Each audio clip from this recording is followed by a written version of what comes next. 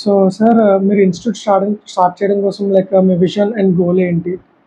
బేసిక్‌గా ఏంటంటే, మనం ఇలాంటి కోచింగ్ ఇన్‌స్టిట్యూట్స్‌కొచ్చేటప్పటికి పర్టిక్యులర్‌గా ఈ కాంపిటేటివ్‌లో ఏంటంటే, చిన్నప్పటి నుంచి చదువుతూ ఉంటారు. ఎవరు 10థ్ క్లాస్ వరకు చాలామంది పిల్లలు చదువుతూ ఉంటారు గానీ, వాళ్ళకేంటంటే ఈ సబ్జెక్ట్ మీద కమాండ్ అనేది చాలా తక్కువుంటుంది. సో, ఎవరైతే ఈ సబ్జెక్ట్ మీద కమాండ్ గాని తెచ్చుకుంటారో, ఆటోమేటిక్‌గా వాళ్ళు ఏదైనా క్రాక్ చేయొచ్చు. అంటే ఏ కాంపిటేటివ్ ఎగ్జామ్స్ అయినా, ఎయిదర్ ఎడ్యుకేషన్ పరంగా అవ్వచ్చు, లేదా కాంపిటేటివ్ ఎగ్జామ్స్ పరంగా అవ్వచ్చు. దేన్నైనా క్రాక్ చేయాలంటే ఏంటి?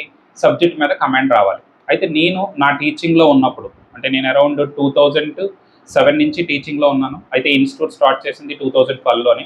ఈ 5 ఇయర్స్‌లో చాలామంది స్టూడెంట్స్ దగ్గర నేను ఫైండ్ ఔట్ చేసిందేంటంటే, ఆ బేసిక్ స్కిల్స్ ఏవైతే ఉన్నాయో, ఆ బేసిక్ స్కిల్స్ అనేవి పర్టిక్యులర్‌గా స్టూడెంట్స్ దగ్గర లేకపోవడం వలన, వాళ్ళు ఫర్దర్‌గా ముందుకు ప్రొసీడ్ అవ్వలేకపోతున్నారు. సో, ఈ బేసిక్ స్కిల్స్ మీద ఎక్కువ కాన్సంట్రేట్ చేసి, అది గాని ఇంప్రూవ్ చేసినట్లయితే, వీళ్ళందరూ కూడా మంచి పొజిషన్‌కెళ్తారు. ఇక్కడ చాలా మందికండి మన ఎడ్యుకేషన్ సిస్టమ్‌లో ఏమవుతుంది అంటే, ఈ బేసిక్ ఏదైతే ఉందో, అది చాలా ల్యాగ్‌గా ఉందన్నమాట. అంటే స్టూడెంట్ దగ్గర అంత కమాండ్ లేదు. దీన్ని గాని మనం ఇంప్రూవ్ చేసినట్లయితే, వాడు లైఫ్‌లో సెటిల్ అవ్వడానికి ఒక పాసిబిలిటీ దొరుకుతది. సో దాన్ని మేజర్‌గా తీసుకొని నేను ఇన్‌స్టిట్యూట్ అనేది పర్టిక్యులర్‌గా కాంపిటేటివ్ స్టార్ట్ చేయడానికి మేజర్ రీజన్. సో మీరు ఇన్‌స్టిట్యూట్ స్టార్ట్ చేసే టైంలోనే ఏ ఛాలెంజెస్ ఫేస్ చేశారు? జనరల్‌గా నేను ఇన్‌స్టిట్యూట్ స్టార్ట్ చేసేటప్పుడు ఏదైనా మనం ఒక బ్రాండ్ క్రియేట్ చేయాలనుకోండి. అది అంత ఈజీ అయితే కాదు. ఎందుకంటే ఇప్పుడు నేను ఎంత చెప్తున్నా, నాకు స్టూడెంట్ వచ్చి నా దగ్గరికి రావాలంటే ముందు నేను చెప్తున్నాననే పాయింట్ స్టూడెంట్‌కి రీచ్ అవ్వాలి. సో అది రీచ్ అవ్వడం ఎలా అనే పాయింట్ తోటి ముందు మేము ఆలోచించాం. ఫస్ట్ అయితే మాత్రం నేను అరౌండ్ 50 మెంబర్స్‌కి మంచి పీపుల్‌ని తీసుకొని ఒక ఫ్రీ ట్రైనింగ్ అనేది ప్రొవైడ్ చేశాను. ఎవరైతే ఈ 50 మెంబర్స్‌కి ఫ్రీ ట్రైనింగ్ ప్రొవైడ్ చేశానో ఆల్మోస్ట్ ఆల్ 50 మెంబర్స్‌లో అరౌండ్ 30 మెంబర్స్ ఇప్పుడు ప్రెజెంట్ డిఫరెంట్ జాబ్ సెక్టార్స్‌లో ఉన్నారు. సో అంటే ఏంటి, ఆ ఫ్రీ ట్రైనింగ్ వలన నాకంటూ ఒక బ్రాండింగ్ ముందుకు వెళ్ళింది. కానీ ఇనీషియల్ స్టేజ్‌లో ఏదైనా కూడా క్యాపిటల్ అనేది అంత ఈజీగా మనం ఇన్వెస్ట్ చేయలేము. సో ఖచ్చితంగా ఖర్చు అయితే అవుతది. సో ఈ ఖర్చు ఏదైతే ఉందో అది కొంచెం స్ట్రగుల్స్ అయితే ఫేస్ చేసాం. అంటే ఇమ్మీడియేట్‌గా స్టార్టింగ్ ఇయర్స్‌లో అంతమంది స్ట్రెంత్ రారు. కానీ దానికి తగ్గట్టుగా మనం మనీని బాగా ఇన్వెస్ట్ చేయవలసి ఉంటది. సో అప్పుడు ఏం చేసామంటే కొంతవరకు ఆ మనీని అలా నెమ్మదిగా ఇన్వెస్ట్ చేసుకుంటూ వెళ్తూ ఒక అరౌండ్ 5 ఇయర్స్ అనేది బ్రేక్ ఈవెన్ రావడానికి టైం పట్టింది. మేము స్టార్ట్ చేసిన స్టార్టింగ్ పీరియడ్‌లోనే మాకు కొన్ని స్ట్రగుల్స్, ఈ ఆంధ్ర, తెలంగాణ డివైడ్ అయిపోవడం, ఈ హుదూద్ ఇలాంటి వాటి వల్ల కొంచెం డిస్టర్బెన్స్ అయితే క్రియేట్ అయింది. తర్వాత లాంగ్ పీరియడ్‌లో మనకి కరోనా వచ్చింది. ఈ డిస్టర్బెన్సెస్ కూడా ఉన్నాయి. బట్ వర్కింగ్ క్యాపిటల్ అనేది ఉండడం వలన అలా నెమ్మదిగా గ్రో అయింది. బట్ మనం ఎప్పుడైతే మార్కెట్‌లో మనం చెప్తున్నాం అని తెలిసిందో ఆటోమేటిక్‌గా నెమ్మదిగా బ్రేక్ ఈవెన్ అనేది నేను 2012లో స్టార్ట్ చేస్తే 2017కి నాకు బ్రేక్ ఈవెన్ వచ్చింది. అంటే అప్పటి వరకు నేను స్ట్రగుల్ అవుతూనే చేశాను. బట్ ఎప్పుడైనా కూడా మనం ఏదైనా ఒక బిజినెస్ స్టార్ట్ చేసేటప్పుడు స్ట్రగుల్స్ అనేవి ఖచ్చితంగా ఉంటాయి. ఇమ్మీడియేట్ ప్రాఫిట్ వస్తదనే పాయింట్‌తో ఎవరు బిజినెస్ స్టార్ట్ చేయకూడదు. అట్‌లీస్ట్ మనం 5 ఇయర్స్ అయినా ఈ ఇండస్ట్రీలో మనం ఉంటేనే దానికి రిజల్ట్ అనేది కనిపించడం స్టార్ట్ అవుతది. అయితే 5 ఇయర్స్ కూడా చాలా తక్కువ పీరియడేనండి. ఎప్పుడైనా మనం ఇన్వెస్ట్‌మెంట్‌లో బాగా గ్రో అవ్వాలి అంటే అట్‌లీస్ట్ ఒక 10 ఇయర్స్ పాటు దాని మీద మనం స్పెండ్ చేయాలి. అయితే నాకు లక్కీ కొలిది 2012లో స్టార్ట్ చేశాను. 2017 నుంచి ప్రాఫిటబుల్ ఇన్‌స్టిట్యూట్‌గా టర్న్ అయింది. సో అది నాకు చాలా హ్యాపీనెస్. సో ఇప్పటికైతే ఇంకా మంచిగా ఉంది. నెక్స్ట్ ఫర్దర్‌గా మనం దీని గురించి నెక్స్ట్ ఆలోచించాలని అనుకుంటున్నాం మాట. సో అదర్ ఇన్‌స్టిట్యూట్స్‌కిను, అదర్ ఇన్‌స్టిట్యూట్స్‌కి మెయిన్ డిఫరెన్స్ ఏంటి? జనరల్‌గా అండి ప్రతి ఒక్కరు మనకేంటంటే ఈ ఇన్‌స్టిట్యూట్ వాళ్ళు ఎలా చెప్తారంటే క్లాస్‌లో స్టూడెంట్స్‌ని రిజిస్టర్ చేసుకుంటారు. ఏదైనా బేసిక్‌గా కోచింగ్ ఇన్‌స్టిట్యూట్స్ అవ్వచ్చు, లేదా కాలేజెస్ అవ్వచ్చు, ఏదైనా అవ్వచ్చు. వాళ్ళేంటంటే రిజిస్టర్ చేస్తారు. మొత్తం ఎంతమంది పీపుల్ ఉన్నారో అంతమందికి కామన్‌గా క్లాస్ చెప్తారు. అయితే చాలామంది ఏంటంటే ఆ క్లాస్ చెప్తారు. క్లాస్ అయిపోతే ఓకే. ఈ టాపిక్ అయిపోయింది. మీరు దీని మీద ప్రాక్టీస్ చేసుకోండి అని విడిచిపెట్టేస్తారు. బేసిక్‌గా ఏంటంటే అక్కడే మెయిన్ ఏంటంటే అలా చదవండి. డౌట్ ఉంటే అడగండి అంటారు. సో స్టూడెంట్‌కి ఏమవుతది అంటే వాడికి డౌట్ ఉంటది. కానీ అడగలేడు. సో వాడికి ఏం డౌట్ అయితే ఉంటదో అది క్లియర్‌గా వాడికి అడగడం అంటే చాలా కష్టం అవుతది. సో ఇక్కడ ఏంటంటే నాకు అర్థమైంది ఒక 40 మెంబర్స్ క్లాస్‌లో ఉంటే 10 మందే తెలివైనోళ్ళు ఉంటారు. 30 మెంబర్స్‌కి రాని వాళ్ళే ఉంటారు. సో నా మేజర్ ఫోకస్ ఏంటంటే ఈ 10 మందికి మనం ఎలా చెప్పినా బాగా అర్థమవుతది. కావాలంటే వాళ్ళని ఈజీగా పుషప్ చేసుకొని ముందుకు తీసుకెళ్ళిపోవచ్చు. కానీ ఈ 30 మెంబర్స్‌ని ఇంప్రూవ్ చేయాలి. సో నా మెయిన్ ఫోకస్ ఎవరికైతే రాదో వాళ్ళని ఫోకస్ చేయాలి. అది మిగతా ఇన్‌స్టిట్యూట్ వాళ్ళు చేయడం కష్టం. అంటే అది కొంచెం కాంప్లికేటెడ్‌గా ఫీల్ అవుతారు. అంత ఈజీ ఇంప్లిమెంటేషన్ అయితే కాదు. అయితే నేను స్టార్ట్ చేసినప్పటి నుంచి ఇప్పటి వరకు నా మెయిన్ ఫోకస్ అంతా ఎవరికైతే రాదో వాళ్ళ మీద నేను ఎక్కువ ఫోకస్ చేస్తున్నాను. అందుకే మేజర్‌గా ఇక్కడ రిజల్ట్ వచ్చిన పీపుల్‌లో కూడా ఎక్కువ మంది అంటే మెజారిటీ నాకు వచ్చిన రిజల్ట్‌లో 80% of the people average and poor candidates. So వాళ్ళకే రేవడానికి రీజన్ ఏంటంటే వాళ్ళ మీద ఎక్కువ కాన్సన్ట్రేషన్. అంటే ఏంటి, రాకపోయినా మీకు వస్తుంది అనే ఒక హోప్ని, అంటే మనం వాళ్ళకి ఏదో ఒక లెవెల్లో చెప్పే అవసరం లేదు, వాళ్ళకి ఒక మోటివేషన్ ఇచ్చి రోజు నువ్వు చేయగలం అనే కాన్ఫిడెన్స్ని వాళ్ళకి క్రియేట్ చేయగలిగితే ఖచ్చితంగా మంచి రిజల్ట్ వస్తుంది. సో దీనికోసం మేము ఏంటంటే ఈ ఎగ్జామ్స్ అన్నింటికి మేజర్ మ్యాథ్స్తో ఏంటంటే కనీస ఎడిషన్స్ సబ్ట్రాక్షన్స్ రాని పీపుల్ కూడా ఉంటారు. సో అలాంటి వాళ్ళని మనం బ్యాక్ ఎండ్లో సపోర్ట్ చేస్తూ వాళ్ళకి ఏది రాదో అది నేర్పించుకుంటే వెళ్తే అప్పుడు మన క్లాస్ని వాడు ఫాలో అవ్వాలి. దానికి రిలేటెడ్ మెటీరియల్స్ ఏవైతే ఉంటాయో అవి సపరేట్గా మేము చేయిస్తాం అన్నమాట. అంటే అందరు ఇన్స్టిట్యూట్స్లో అలా చేయరు. క్లాస్ అంటే ఆ టాపిక్ అవుతుందో సిలబస్ అయిపోతే పంపించేస్తారు. ఇక్కడ మనం ఏంటంటే బ్యాక్ ఎండ్లో ఏదైతే అవసరం ఉంటుందో దాన్ని సపరేట్గా ఒక సెషన్ పెట్టి ప్రాక్టీస్ చేయించడం వల్ల మనకి గుడ్ విల్ పెరుగుతుంది. దానివల్ల స్టూడెంట్స్ అనేవాళ్ళు ఎక్కువ అక్కడికి వెళ్తే నేర్చుకోగలము అనే కాన్ఫిడెన్స్తో మన దగ్గరికి వస్తున్నారు. ఇది మనం డిఫరెంట్ మాట. మిగతా ఇన్స్టిట్యూట్స్ అది చెయ్యరు మాట. అంటే క్లాస్లో చెప్తారు, సిలబస్ చెప్తారు, కోర్స్ అయిపోద్ది, బాగానే చెప్తారు. బట్ ఏంటంటే ఈ బ్యాక్ ఎండ్లో ఉన్న వాళ్ళని పట్టించుకోరు. సో వాళ్ళ మీద మనం ఎక్కువ ఫోకస్ చేస్తాం. మీరు టీచ్ చేసిన వాళ్ళు ఎవరైనా ఫేవరెట్ స్టూడెంట్ కానీ లేకపోతే వాళ్ళ సక్సెస్ స్టోరీస్ అలాంటిది ఏమైనా ఉన్నాయా? జనరల్గా మన దగ్గర ట్రైన్ అయిన వాళ్ళు మాక్సిమం ప్రతి ఒక్కరితోటి మాకు మంచి రిలేషన్సే ఉంటాయి. సో ఆటోమేటిక్గా ఏంటంటే స్టూడెంట్ని మాక్సిమం అంటే ఒక ఫ్రెండ్ లాగే ట్రీట్ చేసి వాళ్ళకి నేర్పించుకుంటూ వెళ్తాం. అంటే వాళ్ళకి హర్ట్ చేయకుండా, ఒకవేళ వాళ్ళకి ఏమైనా ఇష్యూ ఉందనుకోండి వాళ్ళకి నేర్పించుకుంటూ వెళ్ళడానికే ఎక్కువ ఫోకస్ చేస్తాం అన్నమాట.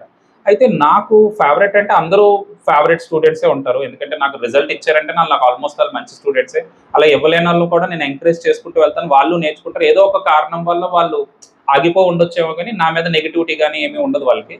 అయితే నా పాయింట్ ఆఫ్ వ్యూలో అంటే మంచి సక్సెస్ స్టోరీ అంటే ఫస్ట్ నాకు జాయిన్ అయిన స్టూడెంట్ అయితే లక్ష్మీనారాయణ అని ఒక అతను జాయిన్ అయ్యారు. ఆయనే ఫస్ట్ స్టూడెంట్. నాకు ఆయనే ఇన్స్టిట్యూట్ ఓపెన్ చేసేవాడు, ఆయనే ఇన్స్టిట్యూట్ క్లోజ్ చేసేవాడు. 8కి వచ్చేవాడు, ఈవినింగ్ 8 వరకు ఇన్స్టిట్యూట్లోనే ఉండి ప్రిపేర్ అవుతూ ఉండేవాడు. ఆయన ప్రిపేర్ అయ్యి ఒక 1 ఇయర్ చాలా స్ట్రగుల్ అయ్యాడు. ఆ 1 ఇయర్లో ఆయనకి కానీ ఆ జాబ్ రాలేదు అంటే ఇంకా ఆయనకి జాబ్ రాదు, గవర్నమెంట్ జాబ్.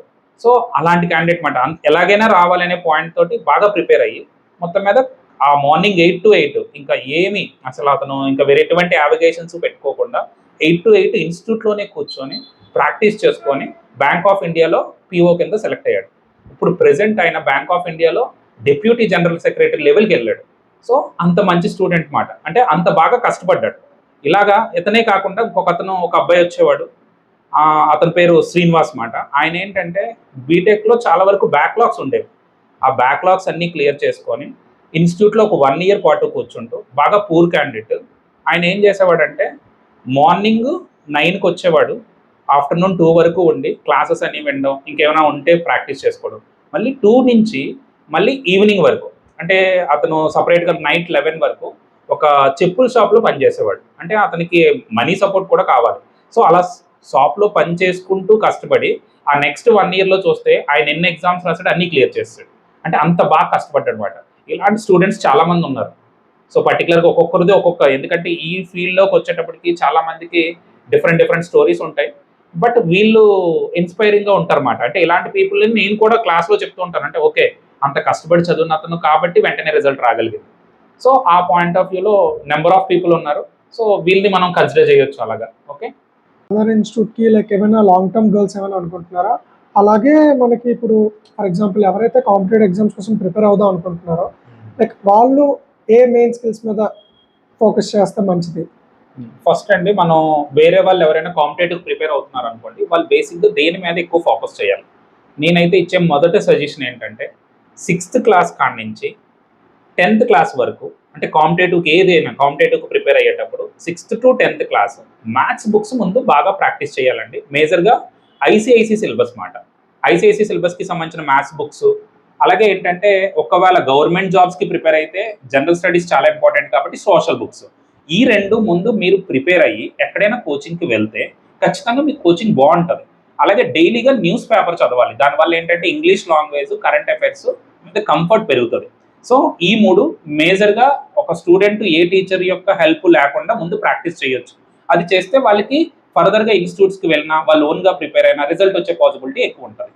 ఇంకా మరి లాంగ్ టర్మ్ గోల్స్కి వచ్చేటప్పటికి మా మేజర్ ఆబ్జెక్టివ్ అయితే పర్టికులర్ కొన్ని కోర్సెస్ని ఆల్ ఓవర్ ఇండియా లెవెల్లో వీళ్ళ దగ్గరికి వెళ్తే అది చాలా బాగా చెప్తారు అనే పాయింట్ని మాకు క్రియేట్ చేయాలనే దీంతో మేము ప్రైవేట్ లిమిటెడ్ స్టార్ట్ చేయడానికి కూడా మెయిన్ ఆబ్జెక్టివ్ కూడా అదే. సో ఇండియా మొత్తం మీద మా సర్వీసెస్ని ప్రొవైడ్ చేయాలని అనుకుంటున్నాం. అయితే ప్రెజెంట్ ఆఫ్లైన్ సర్వీసెస్ చేస్తున్నాం, ఫ్యూచర్లో ఆన్లైన్ సర్వీసెస్ని కూడా ప్రొవైడ్ చేస్తాం. మేజర్ ఏంటంటే కొన్ని కోర్సెస్ ఉన్నాయండి. ఇప్పుడు సపోజ్ IMU సెట్ అని ఒకటి ఉంటుంది ఇంటర్మీడియట్ తర్వాత. చాలా మంది పీపుల్కి అసలు దాని గురించి అవేర్నెస్ ఉండదు. సో దాన్ని ఫోకస్ చేస్తే వాళ్ళ కెరియర్ బాగుంటుంది. అలాగే డిగ్రీ చదివిన పిల్లలకి సాఫ్ట్వేర్ సైడ్ వెళ్ళాలంటే MCA చేయాలి, దానికి నిమ్సెట్ అని ఒకటి ఉంటుంది. సో దాని మీద ఫోకస్ చేశారనుకోండి వాళ్ళకి మంచి కెరియర్ గ్రోత్ ఉంటుంది. అలాగే గ్రాడ్యుయేషన్ అయిపోయి లేదు ఇంకా చదవకూడదు అనుకునే వాళ్ళకి జాబ్ ఓరియంటెడ్లో ఉంటుంది. సో అందుకని ఈ మూడింటిని మాట అంటే ఇంటర్మీడియట్ తర్వాత ఉన్న పిల్లల మీద ఒక ఫోకస్తో ఒక కోర్స్కి వెళ్దాం అనుకుంటున్నాము. అలాగే గ్రాడ్యుయేషన్ మీద ఉన్న వాళ్ళకి డిగ్రీ ఆల్రెడీ రన్ అవుతుంది, దాన్ని ఇంకొంచెం ఫర్దర్గా ముందుకు తీసుకెళ్లాలనుకుంటున్నాం. నెక్స్ట్ ఏంటంటే కాంపిటేటివ్, అది ఎవర్ గ్రీన్ కోర్సెస్, ఎందుకంటే ఎప్పుడు అది ఉంటుంది. సో వాళ్ళని ఎందుకంటే లైఫ్లో డైరెక్ట్గా సెటిల్ చేసినట్లే మనం ఫీల్ అవుతాం కాబట్టి సో దాన్ని వదలం. అయితే ఫ్యూచర్లో ఈ కంపెనీని ఖచ్చితంగా స్టాక్ ఎక్స్చేంజెస్లో లిస్ట్ చేయాలన్న ఆలోచనతో రెవెన్యూని పెంచాలని ట్రై చేస్తున్నాం. సో కమింగ్ ఇయర్స్లో దీని మీద ఎక్కువగా క్యాపిటల్ ఇన్వెస్ట్ చేసి ఫ్యూచర్లో దీన్ని గ్రో అయ్యేలాగా చూస్తాం అన్నమాట. అంటే నా మెయిన్ గోల్ అయితే నా కంపెనీ నాకు స్టాక్ ఎక్స్చేంజ్లో ఉండాలి, ఒక పెద్ద కంపెనీ కింద క్రియేట్ అవ్వాలి. ఆస్పైరింగ్ ఎడ్యుకేటర్స్ ఇంకా ఆంటర్ప్రినర్స్ ఉంటారో, సో వాళ్ళు ఫర్ ఎగ్జాంపుల్ ఇన్స్టిట్యూట్ పెడదాం అనుకుంటే సో మీ అడ్వైస్ ఏంటి? జనరల్గా ఏంటంటే ఈ ఫీల్డ్లోకి వచ్చేటప్పటికంటే ఒకటే ఆలోచించాలి, వెంటనే ప్రాఫిట్ రావాలంటే ఎప్పుడు కూడా ఏ బిజినెస్ చేయకూడదు.